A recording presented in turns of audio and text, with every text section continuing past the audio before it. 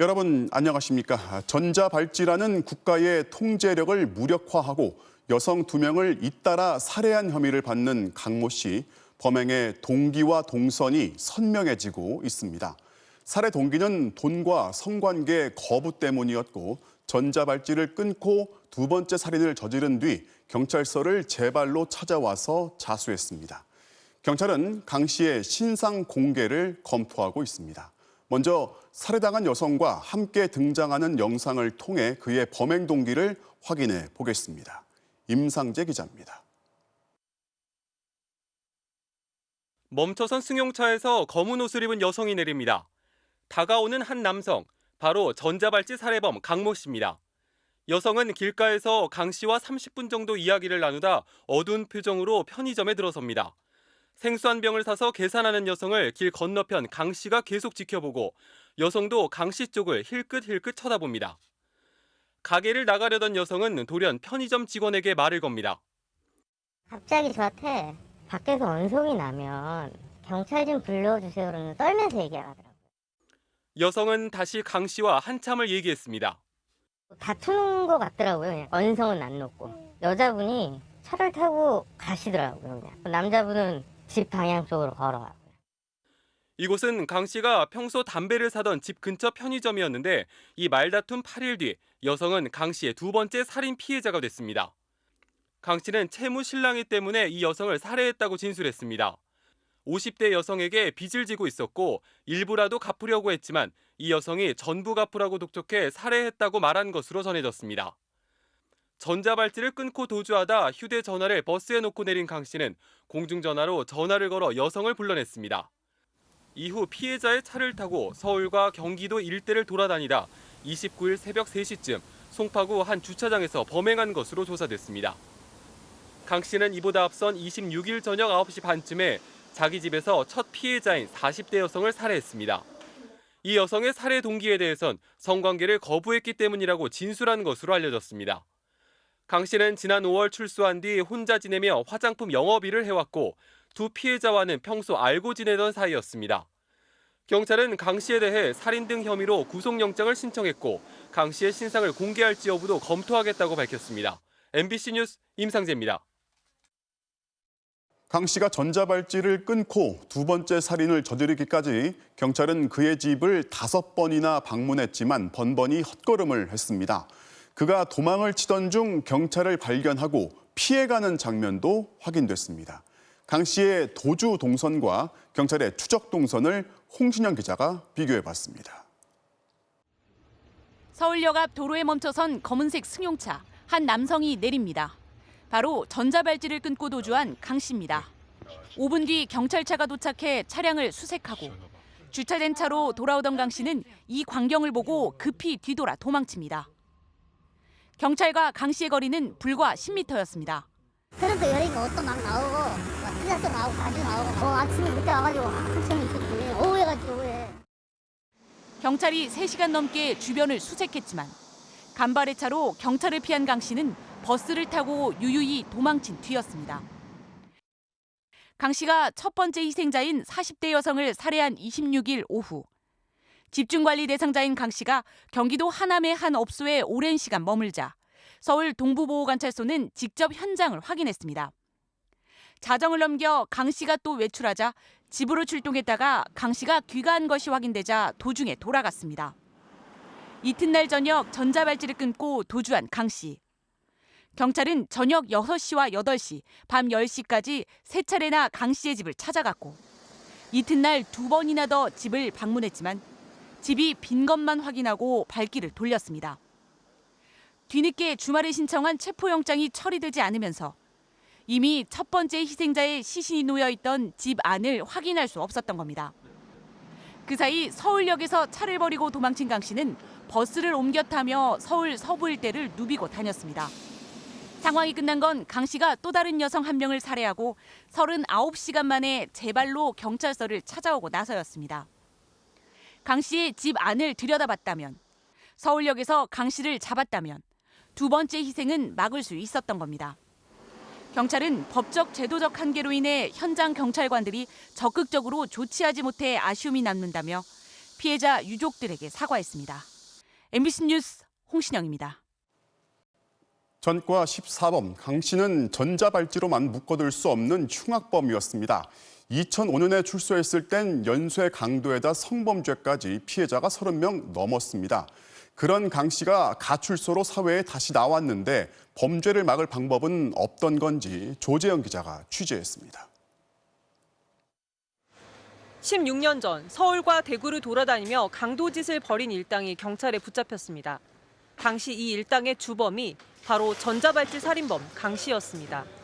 성폭행과 강도 등으로 5년을 복역한 강 씨가 교도소에서 나온 지 불과 넉 달 만에 다시 강도질을 주도했습니다. 제압하기 쉽다는 이유로 여성만을 노렸습니다.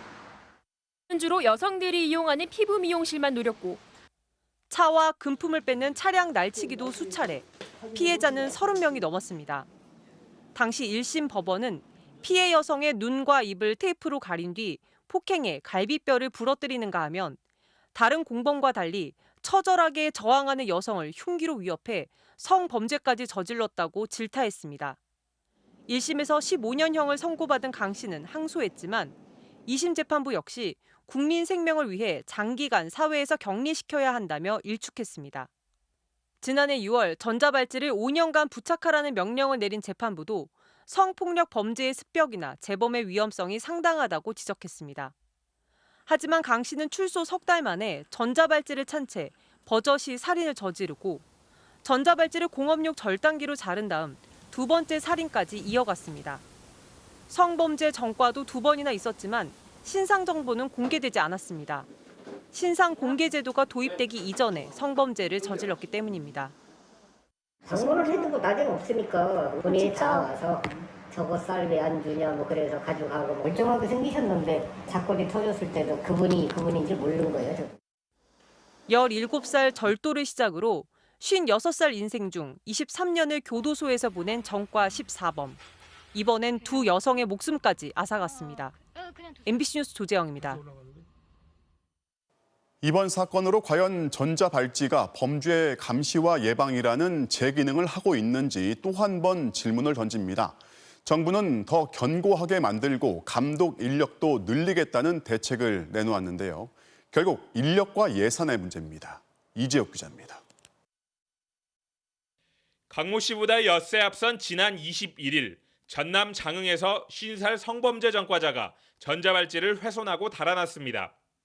2달 전에는 사기 전과자가 고송 도중 전자발찌를 끊고 종적을 감췄습니다.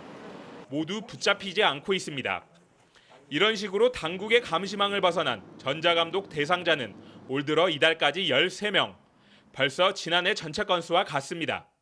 전자감독 대상자가 끔찍한 범행을 저지른 점에 대해서 국민 여러분께 송구한 마음을 표합니다. 보호관찰에 또 구멍이 뚫리자 정부가 다시 대책을 내놓았습니다.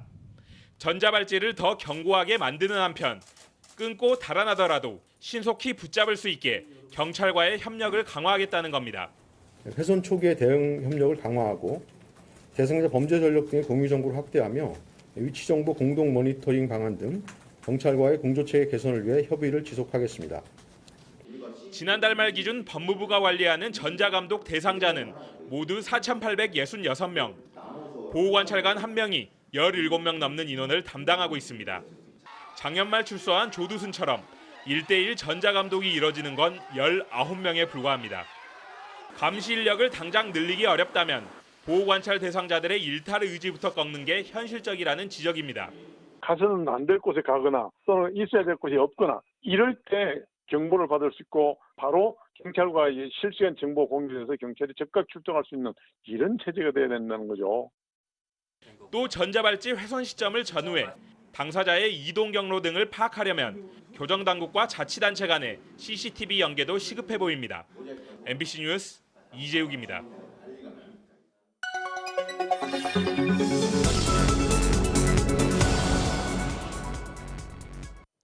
알고 보니 시작합니다. 전자발찌를 더 튼튼하게 만들겠다. 오늘 법무부가 내놓은 대책 중 하나입니다. 그럼 전자발찌를 견고하게 만들면 문제를 해결할 수 있다는 건지 따져봤습니다. 전자발찌는 지난 12년 동안 5차례 성능이 개선됐습니다. 맨 처음엔 우레탄 재질이었는데 이후 띠 안에 스테인리스 스틸과 금속 철판을 넣었다가 지난해부터는 긴 철판 대신 얇은 철판 7개로 바꿨습니다. 이번에 범죄를 저지른 강모 씨가 찬 것도 바로 이 최신 버전의 전자발찌였습니다. 전자발찌의 착용감을 좋게 하면서도 끊기는 더 힘들다는 게 당시 법무부의 설명이었습니다. 하지만 정부 발표와는 달리 전자발찌 훼손 건수는 완만히 증가해 왔습니다. 지난 2018년과 19년에는 연속 20건이 넘었고 올해 7월까지 11명이 전자발찌를 훼손했습니다. 법무부는 훼손율 자체는 낮아졌다고 하지만 이 훼손율이 낮아진 이유는 전자발찌 재질이 강화돼서라기보다 최근엔 가석방과 보석에까지 전자감시 제도가 도입돼 부착 대상이 넓어진 것도 영향 미친 것으로 보입니다. 처벌이 약한 건 아닐까도 살펴봤습니다.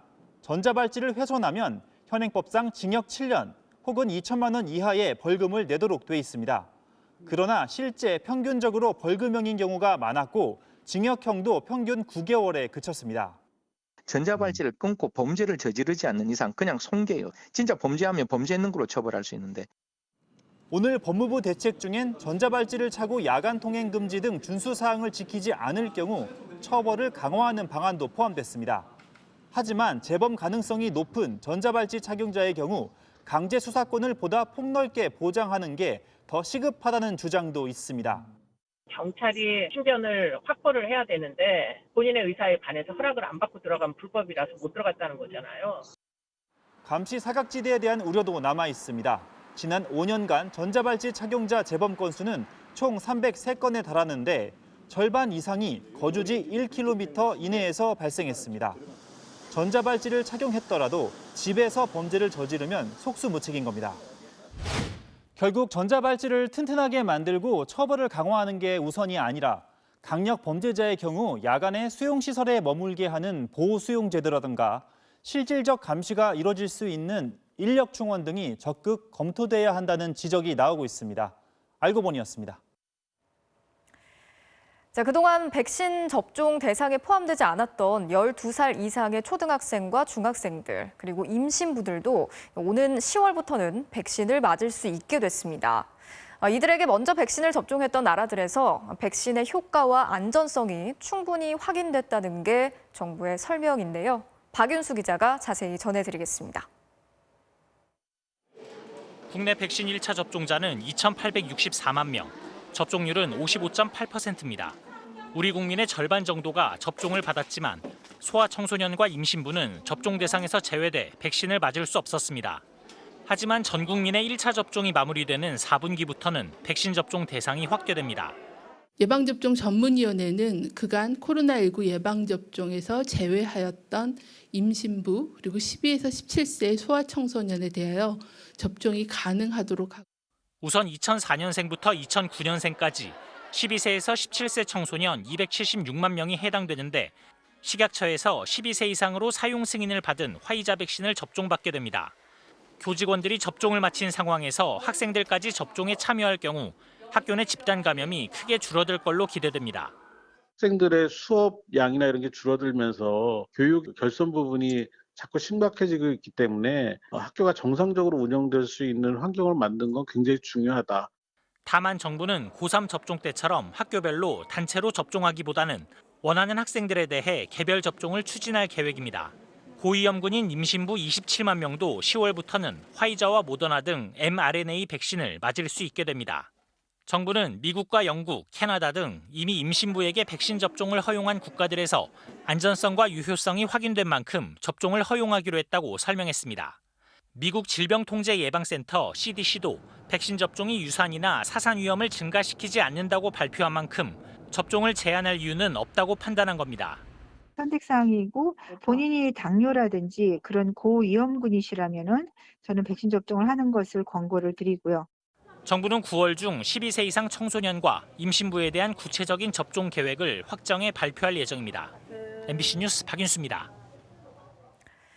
자, 이제 4분기부터는 돌파 감염을 막고 접종 효과를 높이기 위한 추가 접종, 이른바 이 부스터샷 접종도 시작이 됐는데요.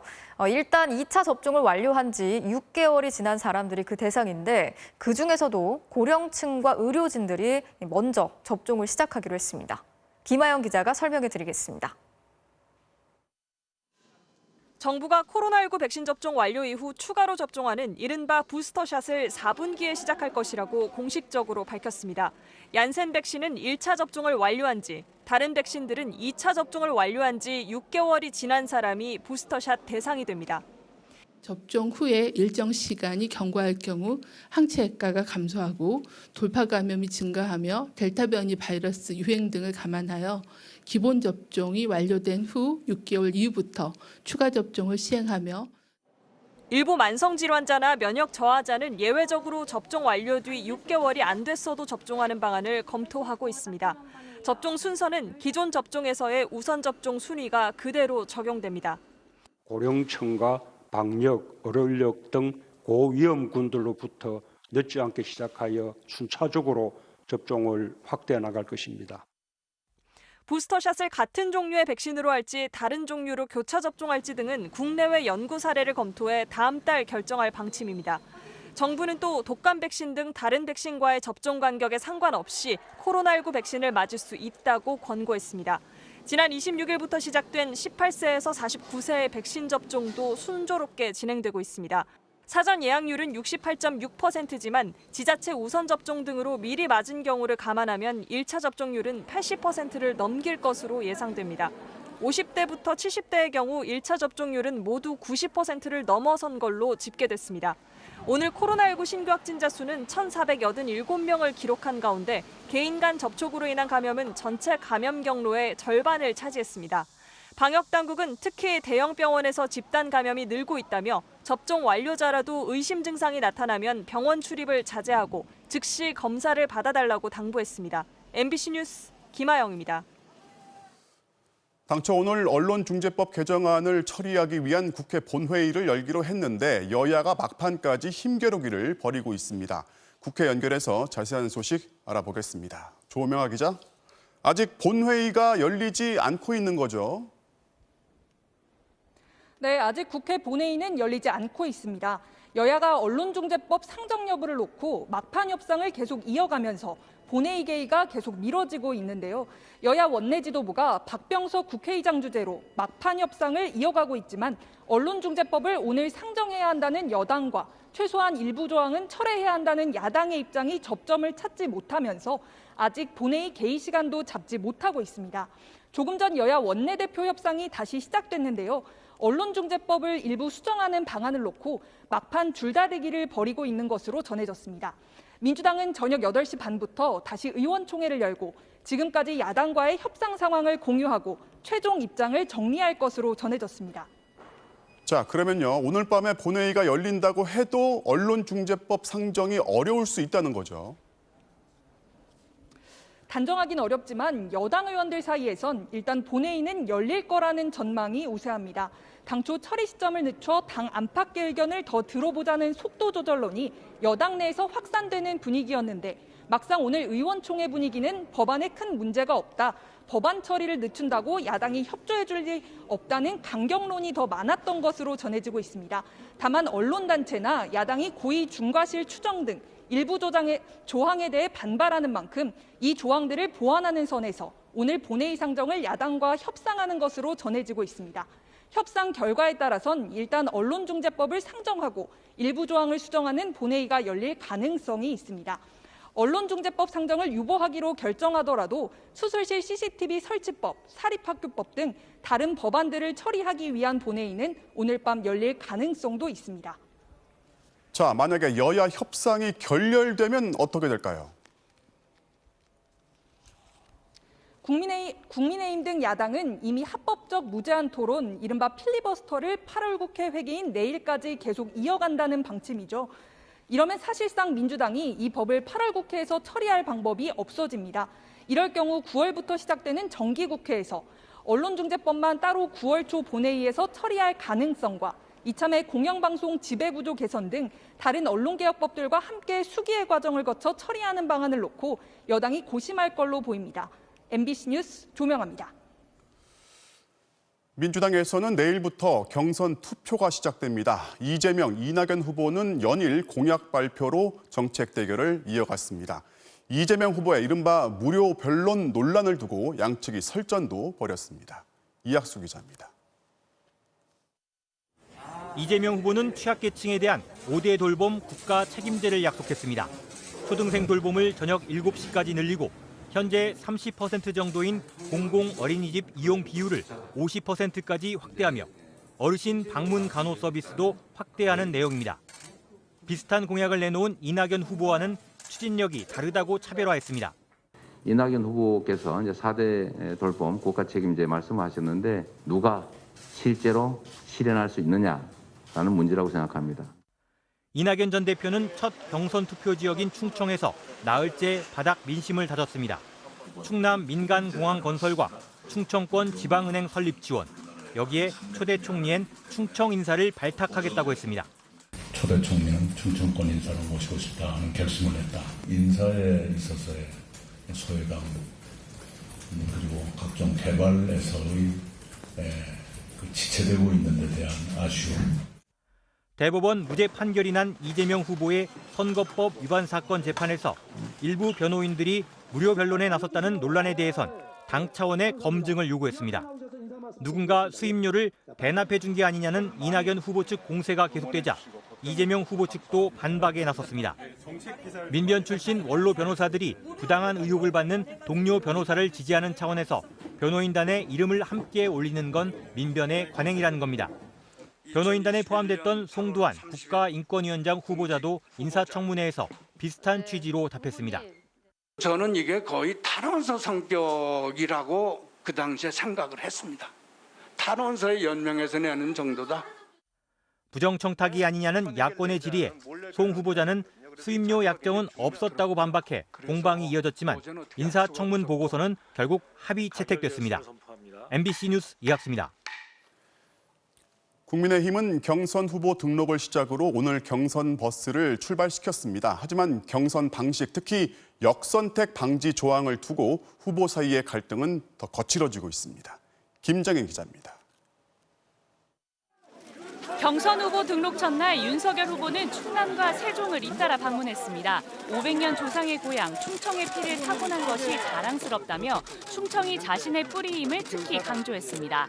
국민들의 이 부름을 받은 것은 겉으로는 조용하지만 속으로 뜨거운 그런 충청의 피를 타고난 때문이 아닐까. 홍준표 후보는 제주 4.3 평화공원을 방문해 참배했습니다. 대통령에 당선되면 4.3 기념식에 참석하겠다면서 지지층 확장에 더욱 주력했습니다. 민족사의 큰 비극이기 때문에 그건 좌우를 떠나서 그리고 보수 진보를 떠나서 기념식에 참석하는 게 그거는 대통령이 참석하는 게 맞는 것이다. 이런 가운데 선관위원장을 맡은 정홍원 전 국무총리는 최대의 쟁점인 역선택 방지 조항에 대한 검토를 당 최고위에서 정식으로 제기했습니다.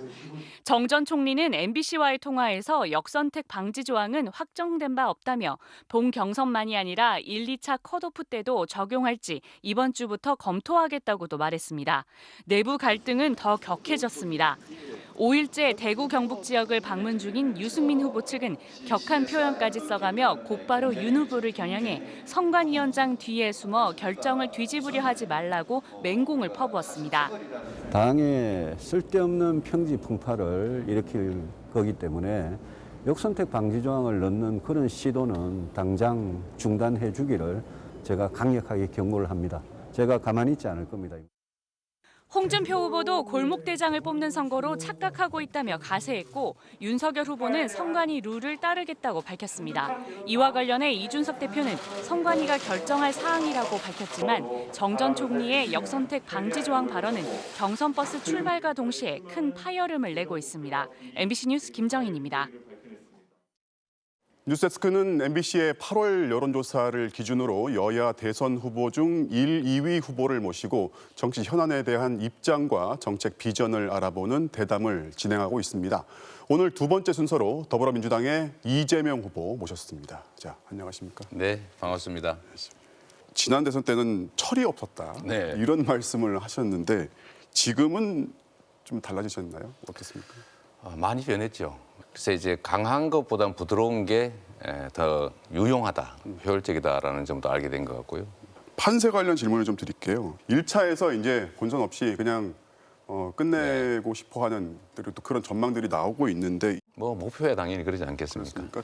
뭐 저희야 이제 과반을 넘겨서 1차에 안정적으로 경선을 끝내고 또 신속하게 이제 원팀으로 복귀를 하고 싶은데 그러나 그건 이제 저희의 소망사항이고 결국 결론은 우리 국민들께서 내시는 거니까 겸허하게 최선을 다하고 결과를 기다리도록 하겠습니다. 지금 언론중재법이 이제 본회의 통과를 하냐 마냐 뭐 이런 가지고서 지금 여야 협상이 진행 중인 것으로 알고 있습니다. 고의적, 악의적인 가짜 뉴스에 대해서는 보호받는 만큼 그 엄중한 책임을 물어야 된다는 점은 분명합니다.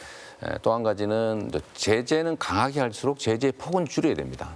그런 점을 좀 고려해서 좀 저는 가부간에 좀 신속한 결론을 내는 것이 공론 분열을 막는다는 측면에서 더 낫지 않겠느냐 생각합니다.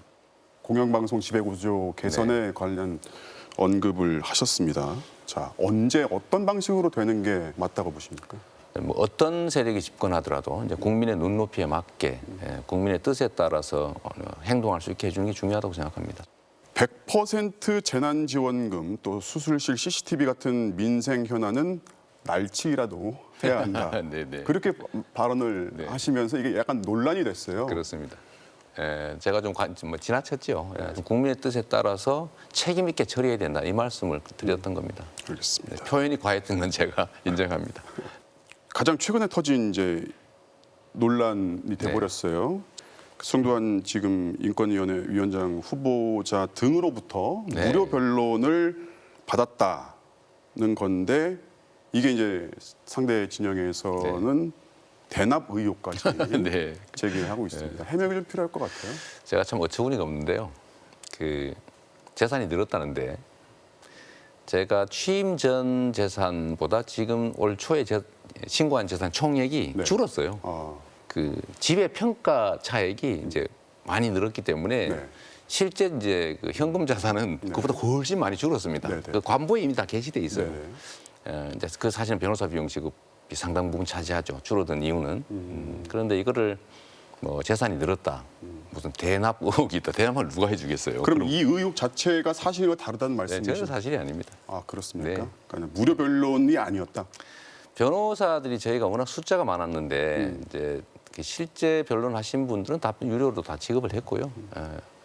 기본소득 관련해서 부자들한테 같은 돈을 주면은 정말 필요한 사람들한테 덜 가는 거 아니냐. 뭐 이런 그 지적이 충분히 일리 있습니다. 그러나 다만 그것은 이미 마련된 재원들을 배분할 때는 이제 가난한 사람을 많이 주는 게 이제 양극화 완화 때 소득 재분배에 도움이 되죠. 문제는 장기적 관점에서 우리가 어차피 조세 부담률을 늘리고 복지 지출을 늘려가야 됩니다. 그래서 부자들, 고소득자는 세금을 내고 세금을 적게 내거나 안 내는 사람만 혜택 보는 이 시스템은 실제로는 가능하지가 않죠.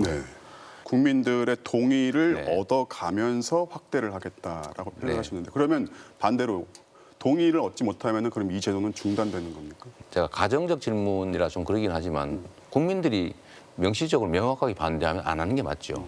이 기본소득을 지역화폐 형태로 정기적으로 지급할 때 액수가 적더라도 경제 유발 효과가 매우 크기 때문에 체험만 한다면 충분히 국민들께서 저는 동의할 거라고 보고 지사 찬스 논란도 좀 여쭤보겠습니다. 선거법상에 정해져 있는 법정 사퇴 시한까지 채우실 생각이신지. 실제로 만약에 후보가 된다면 국민들께서 선택해 주신다면 그때의 책임의 무게는 또 다를 수가 있습니다. 지금은 이제 제가 선거운동이 좀 장애를 받더라도 책임을 이행하는 게 훨씬 더 중요하다고 보는데 만약 후보가 될지 안 될지는 좀 보고 그다음에 이제 다시 판단해 보겠습니다. 알겠습니다. 야권 후보에 대한 질문을 좀 드려볼게요. 윤석열 후보가 야권에서는 지금 계속 앞서는 상황이고요. 그런 말씀하셨어요. 공부를 좀 더 하고 와라.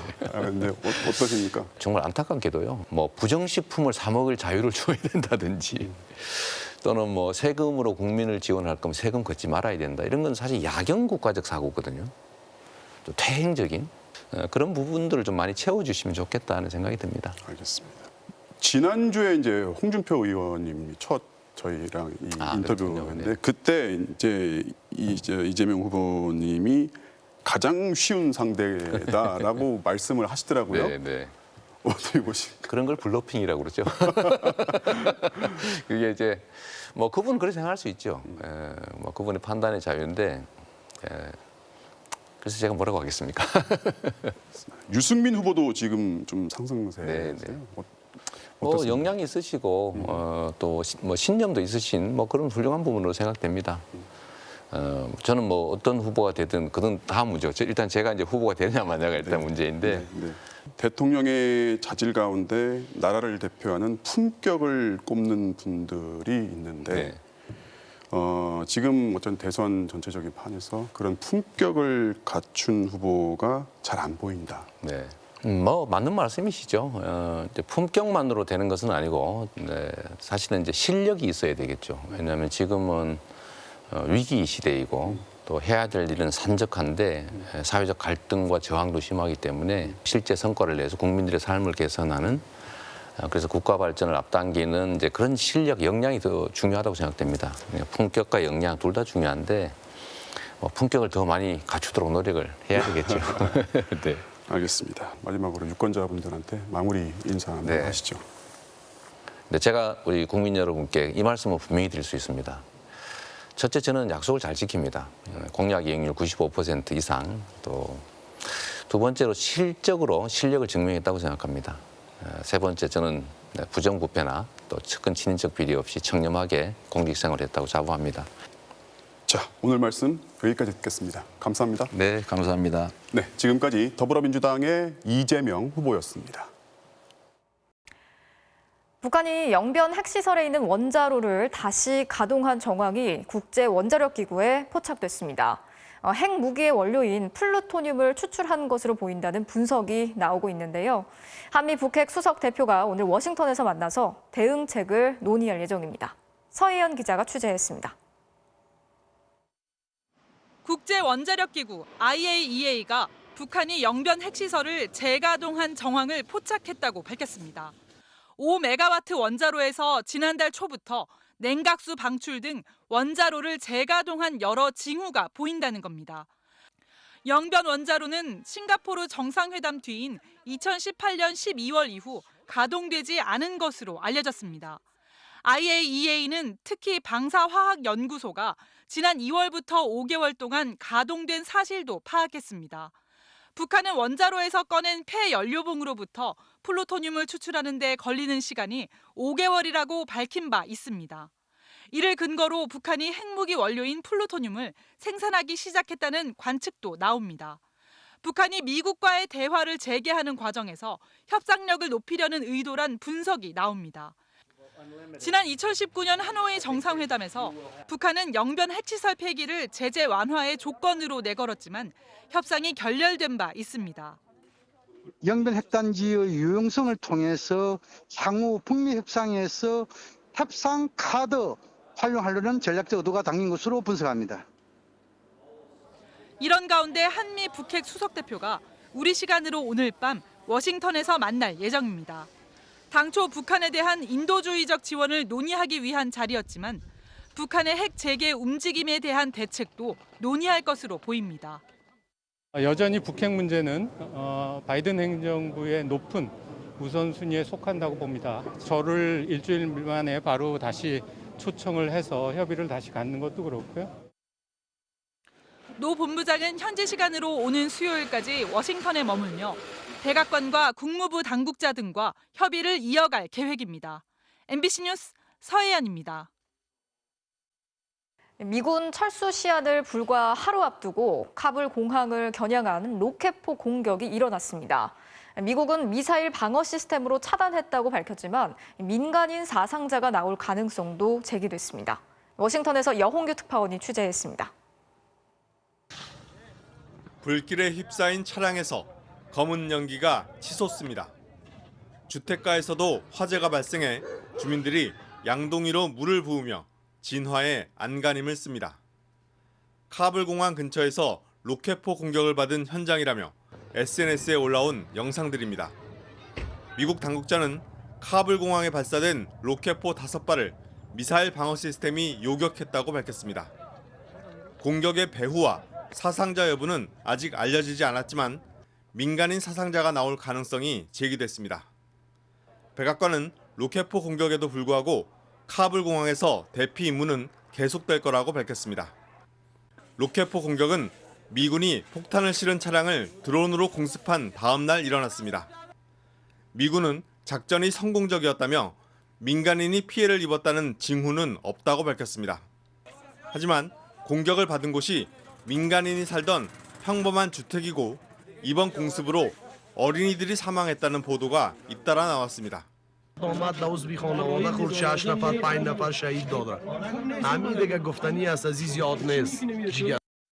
그러자 미군은 차량 내부에 다량의 폭발물이 있어 2차 폭발이 있었다며 추가 사상자가 나올 수도 있다고 한 발 물러났습니다.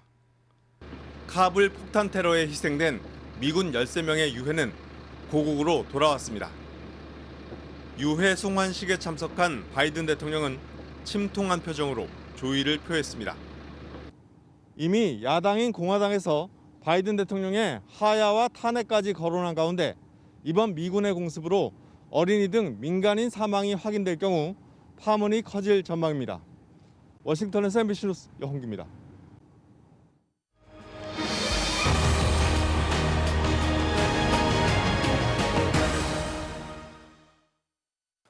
도쿄 패럴림픽 탁구에서 또 하나의 명승부가 나왔습니다.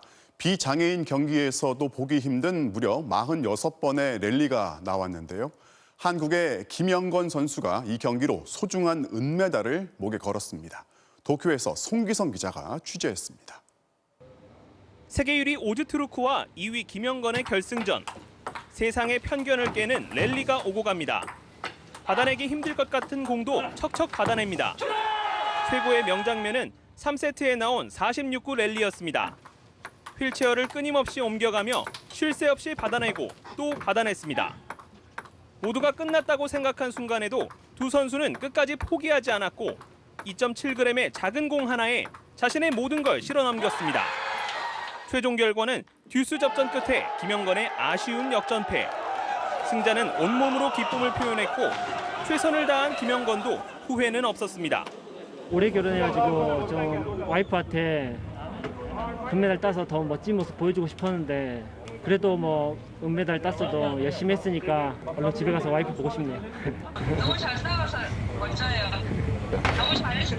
아, 빨리 보고 싶다. 한국 가서 봐. 그리고 21살에 이관왕을 차지했던 자신의 첫 패럴림픽 2004년을 떠올렸습니다. 엄마 아빠 저 금메달 땄어요. 고마워요. 지금까지 엄마 아빠 사랑해요. 이후 한 번도 빼놓지 않고 패럴림픽에 참가해 5번의 대회에서 금메달 4개와 은메달 2개. 시작은 스스로를 극복하기 위해서였지만 이젠 누군가를 이끌어줄 수 있는 희망입니다. 장애인분들도 계시고 나와서 많이 운동 많이 했으면 좋겠고요. 지금 열심히 하고 있는 후배들 또 열심히 해서 이런 큰 무대에 와가지고 그리고 스스로도 좀 더 자유로워질 생각입니다.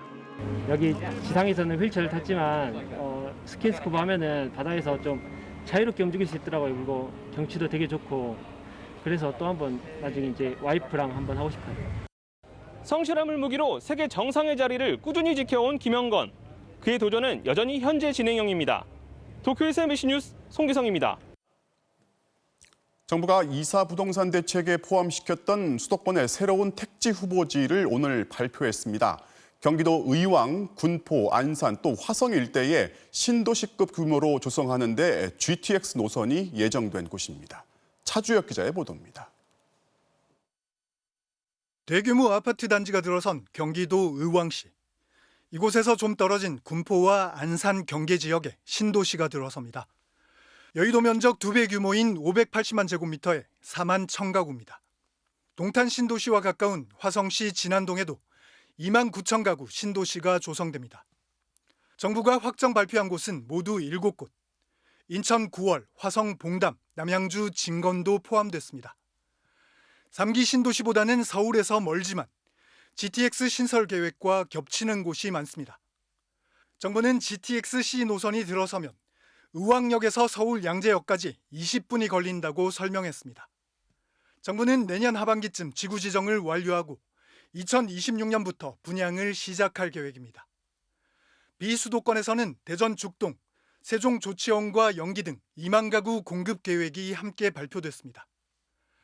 이번 택지 발표에 앞서 정부는 국토부와 LH 전 직원을 조사했습니다. 투기 개연성은 없는 것으로 확인되었습니다. 국토부는 직원 2명이 토지를 소유하였으나 상속에 의한 취득과 주거지 인근에 작용 중인 토지로 조사되었습니다. 또 2018년 이후 이 지역 토지 거래를 전수조사해 불법이 의심되는 229건을 경찰과 지자체로 넘겼다고 밝혔습니다. MBC 뉴스 차주혁입니다. 이 방역 수칙을 어긴 개인에게는 10만 원의 과태료가 부과됩니다. 그런데 위반 당사자가 개인 정보를 알려주지 않으면 과태료를 걷고 싶어도 걷을 수가 없다고 하는데요. 실효성 없는 단속 실태를 이준범 기자가 취재했습니다. 지난 3월 5명이 모여 술을 마신 이준석 국민의힘 대표와 장경태 더불어민주당 의원. 사적 모임은 4명까지만 가능하다는 당시 방역 수칙을 어겼습니다. 국민들께 사과드리고요. 앞으로 방역 수칙 더 철저하게 준수하도록 하겠습니다. 사과와는 별개로 방역 수칙을 어겼기 때문에 모임에 참석한 사람들은 과태료 10만 원을 관할구청에 내야 합니다. 하지만 아직까지 과태료 납부가 이루어지지 않았습니다. 과태료 고지서를 발급하기 위해서는 적발된 당사자 전원의 주민등록번호 같은 개인정보가 필요한데 서울 용산구청이 이들 5명 전체의 개인정보를 확보하지 못했기 때문입니다. 과태료 부과 업무를 관할 보건소가 담당하다 보니 당사자가 알려주지 않으면 개인정보를 확인할 방법이 없습니다. 용산구청은 그동안 3차례에 걸쳐 인적사항을 알려달라는 문서를 당사자들에게 보냈지만 장경태 의원은 개인정보를 제출했고 이준석 대표는 아직 제출하지 않은 상태입니다. 이에 대해 이 대표 측은 과태료 청구 요청에 대해 아직 확인한 사실이 없다고 밝혔습니다. 과태료는 보통 위반 당사자 전원에게 동시에 부과하기 때문에 장 의원만 먼저 내게 할 수 없다는 게 구청 측의 설명입니다. 인적사항을 안 알려주시니까 저희로서도 누구는 먼저 부과하고 나중에 또 추가적으로 또 하고 이럴 수가 없으니까 한꺼번에 부과할 수밖에 없는 구조예요. 지난달 강원도 주문진의 한 호텔에서도 40여 명이 참석한 수영장 파티가 적발됐지만 여전히 과태료를 물리지 못하고 있습니다.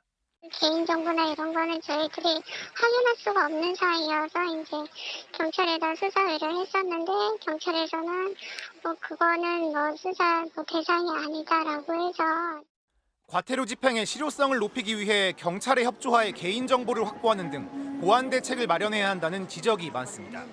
MBC 뉴스 이준범입니다. 16년 전 허리케인 카트리나로 엄청난 피해를 입었던 미국 남부 지역에 초강력 허리케인 아이다가 상륙했습니다. 1850년대 이후 가장 강력한 규모라고 하는데요. 루이지애나주의 전기가 끊기면서 곳곳이 암흑 천지로 변했고 코로나19로 사투 중인 의료기관들에도 비상이 걸렸습니다. 신정현 기자가 전해드리겠습니다. 병원 지붕이 종이 조각처럼 와르르 뜯겨나갑니다. 집이며 주유소며 맥없이 주저앉았고 나무와 전봇대도 쓰러졌습니다. 해안마을은 물바다로 변했습니다. 무서운 속도로 물이 차올라 어디가 도로고 주택가인지 구분이 안 됩니다. Praying I can go back to a normal home like I left. That's what I'm praying for. But I'm not sure at this point. 초강력 허리케인 아이다가 루이지애나와 미시시피 등 미국 남부를 강타했습니다.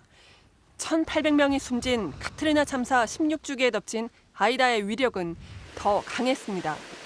상륙 당시 최대 풍속은 시속 230km. 최고 등급에 육박한 4등급의 위력에 60대 남성이 나무에 깔려 숨졌고 100만 가구 이상이 정전됐습니다. 특히 뉴올리언스에 전력을 공급하는 8개 송전선이 모두 끊겨 도시 전체가 암흑천주로 변했습니다. This is the time to stay inside. Do not venture out. No sightseeing. This is very serious. 의료기관들도 비상이 걸렸습니다.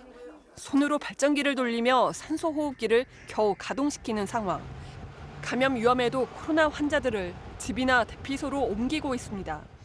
We're in a very dangerous place with our hospitals. We know that the lights could be out, power could be out for weeks. 바이든 대통령은 이들 지역을 중대 재난 지역으로 지정하고 인력과 물, 식량 등을 투입하고 있습니다. 아이다는 열대성 저기압으로 약해졌지만 일부 지역은 여전히 강풍과 폭우가 거세 피해 규모가 커질 수 있다는 우려가 나오고 있습니다. MBC 뉴스 신정현입니다. 매년 이맘때면 독성이 강한 말벌들의 활동이 왕성해지면서 벌에 쏘여서 목숨을 잃는 사고가 반복되고 있습니다. 특히 추석을 앞두고 벌초 행사나 등산 많이들 가실 텐데 각별히 주의하셔야겠습니다. 김은초 기자가 전해드리겠습니다. 충북 진천의 한 병원. 구급대원들이 환자를 응급실 안으로 급히 옮깁니다. 벌초를 하다 말벌에 쏘인 50대 남성이 심정지 상태로 병원에 온 겁니다. 응급처치 끝에 병원에서 맥박이 돌아왔는데 조금만 늦었으면 큰일 날 뻔했습니다. 이미 환자분이 심정지 상태여서 주변에 계신 목격자분들이 심폐소생술을 하고 있던 중이었고요. 벌에 쏘여 목숨을 잃는 사고도 있었습니다. 지난주에는 충북 영동의 한 야산에서 60대 여성이 버섯을 따다 말벌의 머리를 쏘여 쓰러졌습니다. 소방 헬기가 출동해 급히 병원으로 이송했지만 결국 숨졌습니다. 산으로 올라갔는데 올라가던 중에도 벌이 많이 보였고 현장을 도착해서 환자를 접촉하였을 때는 당시 심정지 상황이셨고 가을로 접어드는 이맘때는 말벌이 번식을 끝낸 뒤 왕성한 활동량을 보이는 시기여서 쏘이면 치명상을 입을 수 있습니다. 지난 3년간 벌쏘임 사고 구급 출동은 주로 8월과 9월에 집중됐습니다. 올해도 이달 들어서만 120건이 넘는 벌쏘임 신고가 들어와 119가 출동했습니다. 두드러기나 구토 증상이 나타날 수 있고 심하면 호흡곤란까지 발생할 수 있어서 가급적 밝은 옷을 노출 부위 없이 입어주시면. 소방당국은 추석을 3주 앞두고 벌초가 많아질 시기라면서 장화, 장갑 등 보호장구를 착용해달라고 당부했습니다. MBC 뉴스 김우초입니다. 요즘 코로나 때문에 집에서 혼자 술을 마시는 이른바 홈술족들이 많이 늘어났죠. 먹는 곳이 달라지다 보니까 마시는 술의 종류도 바뀌었다고 하는데요. 특히 와인의 수입량이 처음으로 맥주 수입량을 제쳤습니다. 윤상문 기자가 전해드리겠습니다. 편의점 주류 코너, 눈높이에 있는 가장 좋은 자리를 국산 수제 맥주들이 차지하고 있습니다. 예전에는 4캔에 10,000원짜리 수입 맥주가 차지하고 있던 자리인데 주인공이 바뀌었습니다.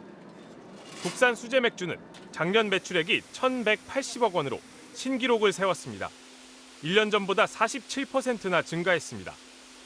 작년에 주세법이 바뀌면서 국산 수제 맥주의 가격 경쟁력이 높아졌습니다. 여기다 코로나19가 바꾼 술 문화도 영향을 준 것으로 보입니다. 저녁에 퇴근 후에 집에 가서 넷플릭스 보면서 편의점에서 산 수제 맥주를 마시는 거, 이게 그들의 문화라고 하더라고요. 와인도 불티나게 팔립니다. 주요 편의점의 와인 매출은 아직 8월인데도 벌써 작년 1년 판매량을 추월했습니다. 와인 수입액은 7월까지 3,800억 원, 작년보다 2배나 늘어났습니다. 반면 수입 맥주는 국산 맥주와 와인의 공세에 맥을 못 추고 있습니다. 맥주는 코로나 이전인 2019년까지만 해도 수입량 1등이었지만 작년부터 와인에 역전당해 올해에는 와인의 절반 아래로 쪼그라들었습니다. 특히 일본 제품 불매운동 이후 일본 맥주 수입이 확 줄었습니다. 2018년 900억 원이었는데 지난해 70억 원으로 10분의 1 토막이 났습니다. 국산 수제 맥주 제조업체는 150여 곳. 하지만 캔맥주 제조 설비가 있는 12곳을 빼면 나머지는 생맥주 팔 식당들이 문을 닫으면서 보전하고 있습니다. MBC 뉴스 윤상문입니다. 강원 북부 지역에 아프리카 돼지열병이 급속하게 퍼지면서 강원도가 위기 경보를 심각 단계로 유지하고 비상 방역 체계를 가동하고 있습니다. 농가들에도 방역 수칙을 철저하게 지켜달라고 당부하고 있지만 농가 입장에서는 쏟아지는 방역 대책들을 다 지키는 게 현실적으로 어렵다고 토로하고 있습니다. 백승호 기자가 전해드리겠습니다. 지난 25일에 아프리카 돼지열병 바이러스가 나온 홍천해안 돼지 농장입니다. 야생 멧돼지 접근을 막기 위해 농장 안쪽은 물론 밖에도 철제 울타리가 있어야 하지만 일부에는 햇볕을 가리는 차양막만 설치됐습니다. 검역본부가 이 농장을 역학 조사한 결과 10가지가 넘는 방역수칙 미흡 사례가 나왔습니다. 8월에만 고성과 인제, 홍천 농가에서 돼지열병이 잇따라 발생하자 강원도는 또다시 농가에 방역수칙을 철저하게 지켜달라고 당부했습니다. 축사 내부 소독, 생석회 도포, 장아가라 신기 등 기초적인 위생관리와 철저한 차량 출입 통제.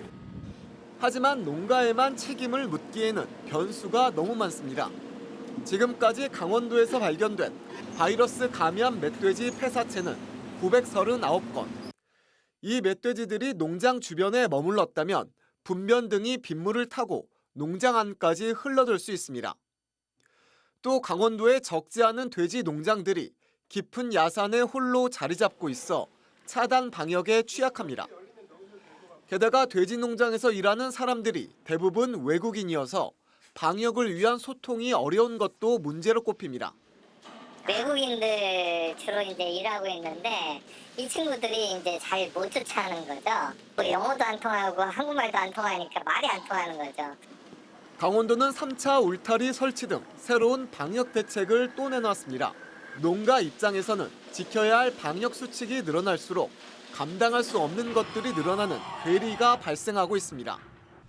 방역 정책과 현장의 동떨어진 간극을 좁혀야만 그동안 쓴 막대한 예산과 노력이 빛을 볼 수 있을 것입니다. MBC 뉴스 백소입니다.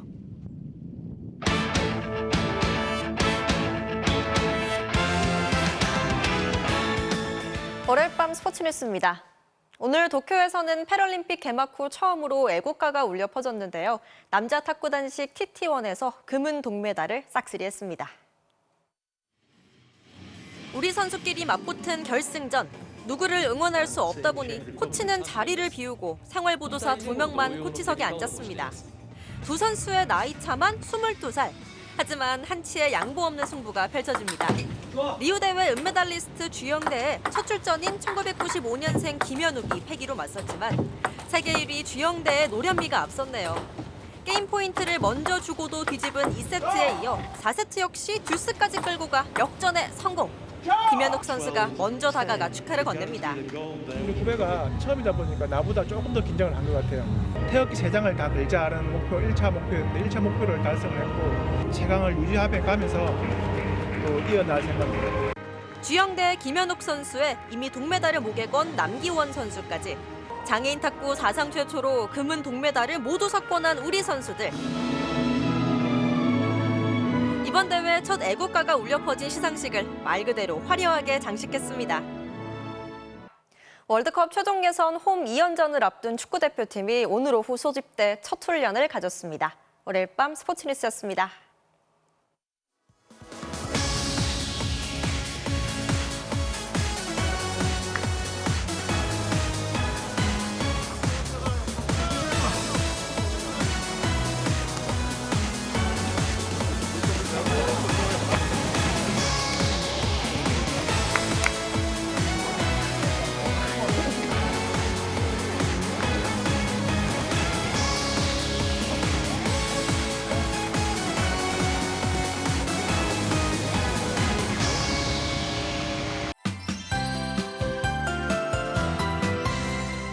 내일부터 전국에서 또다시 비가 내립니다. 특히 지난주 남부지방에 큰 피해를 입힌 장맛비가 이번엔 중부지방에서 강하게 쏟아질 것으로 보여 각별한 주의가 필요합니다.